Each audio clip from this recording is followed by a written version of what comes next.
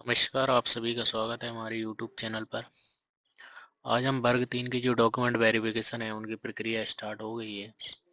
तो जिस किसी का भी डॉक्यूमेंट वेरिफिकेशन होना है 19 तारीख तक ये डॉक्यूमेंट वेरिफिकेशन होंगे। आपने जो डिस्ट्रिक्ट चूज की है वहाँ पर आप अपनी लिस्ट देख सकते हैं। वहाँ पर आपका डिस्ट्रिक्ट का नाम आ जाएगा, कहाँ पर आपका वेरिफिकेशन हो जाए। वेरिफिकेशन होने के लिए जो महत्वपूर्ण इंपोर्टेंट हम बात करेंगे, क्या क्या आपको लेकर जाना है, क्योंकि मेरा डॉक्यूमेंट वेरिफिकेशन हो गया है सफलतापूर्वक। मेरा डॉक्यूमेंट वेरिफिकेशन हो गया। मैं आपको एक ये लिस्ट दिखा रहा हूँ यहाँ पर। ये जैसे ही आपका वेरिफिकेशन सफलतापूर्वक हो जाएगा तो यहाँ पर लिख के आएगा, ये पावती आपको दी जाएगी। यहाँ पर एक क्रमांक नंबर रहेगा और इस डेट को आपका वेरिफिकेशन है वो डेट रहेगी। हमारा 13 तारीख को वेरिफिकेशन हो गया है। तो यहाँ पर लिख के आता है कि आपका नाम और फादर का नेम। और ये क्या है, एक प्रिंटर का इशू था, वहाँ पर ये नाम कट के आ रहा था, तो इसलिए उन्होंने जो वेरिफिकेशन कर रहे थे उन्होंने अपना पेंसिल से इस पर लिख दिया है। यहाँ पर आपका रोल नंबर रहेगा, किस तारीख को वेरिफिकेशन है वो तारीख रहेगी, और टाइमिंग रहेगी किस टाइम पे आपका वेरिफिकेशन हुआ है। तो यहाँ पर लिख के आता है दस्तावेज सत्यापन हेतु उपस्थित हुए और इनके मूल दस्तावेज का मिलान किया गया, और वहाँ पर वो अपनी हस्ताक्षर करके ये स्लिप आपको दे देते हैं। तो अब जिन भाइयों के डॉक्यूमेंट वेरिफिकेशन अभी नहीं हुए हैं तो उनके लिए कुछ महत्वपूर्ण जानकारी है, उनको मैं बता देता हूँ। जैसे ही आप डॉक्यूमेंट वेरिफिकेशन के लिए सबसे पहले तो आपने जो डॉक्यूमेंट अपलोड किए हैं वो आप कंप्लीट कर लिए, 3 सेट बना लीजिए। तीनों की अलग अलग फाइल बनानी है आपको। आपको जो फाइल है वो आप तीनों की बना के रख लीजिए। और कुछ अलग अलग ज़िले में अलग अलग डॉक्यूमेंट मांग लेते हैं, कुछ जगह ये भुगतान प्रपत्र मांगा जा रहा है। भुगतान प्रपत्र मैं आपको दिखा देता हूँ। भुगतान प्रपत्र, जब आपने पीईबी का फॉर्म भरा था तो आपको ये स्लिप दी गई थी, भुगतान प्रपत्र इसी को बोलते हैं। यहाँ पर आपकी पूरी डिटेल रहती है। तो कहीं कहीं ये भुगतान प्रपत्र की कॉपी मांगी जा रही है, तो आप इसकी भी 3 कॉपी करवा लीजिए। और इसके अलावा आप एक्स्ट्रा डॉक्यूमेंट में आप एक तो भुगतान प्रपत्र, और इसके अलावा आपने ये डॉक्यूमेंट अपलोड किए हैं टीआरसी की जो साइट पे अपने ईमेल आईडी पासवर्ड डाल के लॉगिन करेंगे तो आपको प्रिंट का ऑप्शन आएगा। ये प्रिंट का ऑप्शन आ रहा है, प्रिंट के ऑप्शन आएगा तो वहाँ पर आपकी जो ये प्रिंट कर लीजिए। ये प्रिंट की भी 3 कॉपी, जो भी आपने डॉक्यूमेंट अपलोड किए हैं इसकी भी 3 कॉपी करवा लीजिए, ये भी आपकी मांगी जा रही है।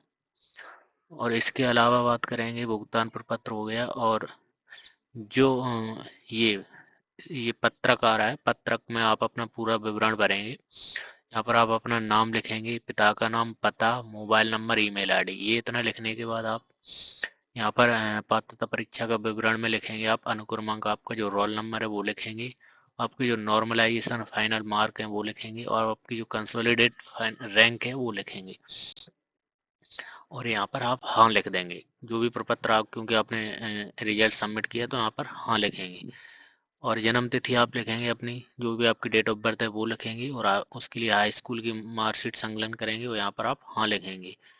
और प्रभाग आप जो भी कैटेगरी में आते हैं, ईडब्ल्यूएस, ओबीसी, एसटी, एससी, जिसमें भी आते हैं यूआर में, वो आप कैटेगरी लिखेंगे।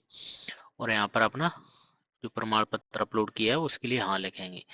और दूसरा आता है, आप आपने जो 12वीं की परीक्षा किस वर्ष उत्तीर्ण की है उसका वर्ष लिखेंगे और परसेंटेज लिखेंगे।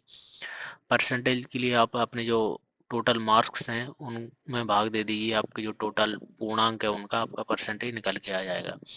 आपने अगर स्नातक किया है तो उसका वर्ष लिखेंगे, प्रतिशत लिखेंगे। और आपने डीएलएड किस वर्ष उत्तीर्ण की है और प्रतिशत, और बीएड और उसका प्रतिशत। अगर आप अतिथि हैं तो आप यहाँ पर अपना विवरण लिखेंगे, आपने किस सत्र में कितने दिन काम किए, यहाँ पर सत्र लिखेंगे, यहाँ पर कितने दिन काम किया है। और आप हैंडीकैप्ड हैं तो आप श्रेणी का नाम लिखेंगे और आप हाँ लिखेंगे यहाँ पर। और एक्स सर्विसमैन है तो उसका सर्टिफिकेट लगाएंगे और यहाँ पर हाँ लिखेंगे। अन्य विवरण में अगर आपने कोई एफिडेविट लगाया है तो शपथ पत्र लिखेंगे, और यहाँ पर अपनी डेट लिखेंगे जिस तारीख को आपका वेरिफिकेशन है, और यहाँ पर किस जगह आपका वेरिफिकेशन है वो लिखेंगे, और हस्ताक्षर यहाँ पर अपने कर देंगे। और यहाँ पर एक और जो पत्रकार है इसमें भी अपना यहाँ पर नाम लिखना है और पीईबी का रोल नंबर, बाकी यहाँ पर और कुछ नहीं लिखना। ये वो अधिकारी लिखेंगे जब आपका वेरिफिकेशन करते हैं, तो वहाँ पर वो लिखते हैं कि आपका वेरिफिकेशन किया गया सफलतापूर्वक और ये आप पात्र पाए जाते हैं। जो भी कुछ लिखते हैं यहाँ पर मैंने देखा है, इतना लिखा हुआ है उनने। इसके अलावा इसमें और कुछ नहीं भरना। तो इस पत्रक की भी आपको 3 कॉपी करवा लेनी है। इन पत्रक को आप 3 कॉपी, और जो भी आपने डॉक्यूमेंट अपलोड किए हैं वो सारे डॉक्यूमेंट आपको खुद के अटेस्ट करने हैं। सभी डॉक्यूमेंट पर आपको सिग्नेचर करने हैं।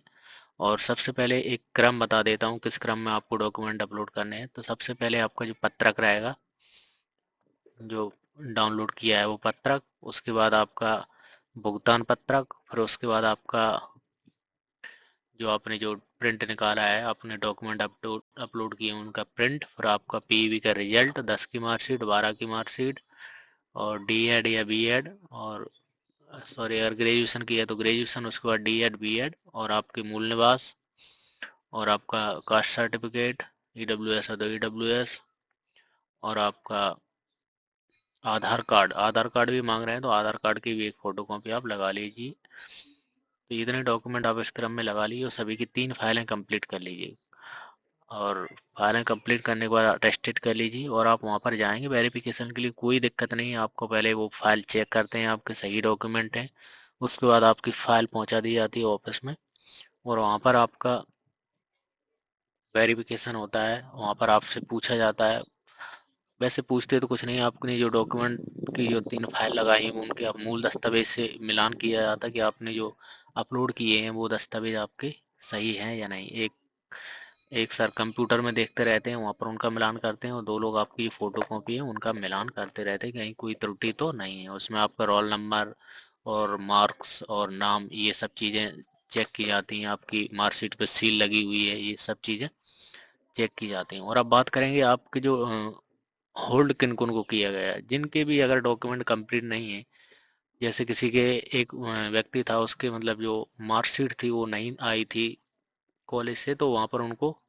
होल्ड कर दिया गया है, क्योंकि उनने वो मार्कशीट प्रस्तुत नहीं कर पाए, उनको होल्ड कर दिया गया है। और कुछ लोग थे जो अ, उन्होंने 21 साल की उम्र नहीं की थी, तो उनको भी होल्ड कर दिया गया।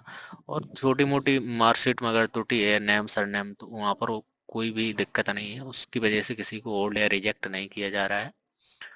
तो उसके लिए आप एक एफिडेविट लगा के रखिए, उसमें किसी को कोई इशू नहीं आएगा। अगर आपको कोई डॉक्यूमेंट संबंधी कोई डाउट है तो आप हमें कमेंट कीजिए, हम आपके कमेंट का ज़रूर रिप्लाई करेंगे। और आप महत्वपूर्ण जानकारी के लिए हमारे चैनल को सब्सक्राइब करें और वीडियो को लाइक करें। धन्यवाद।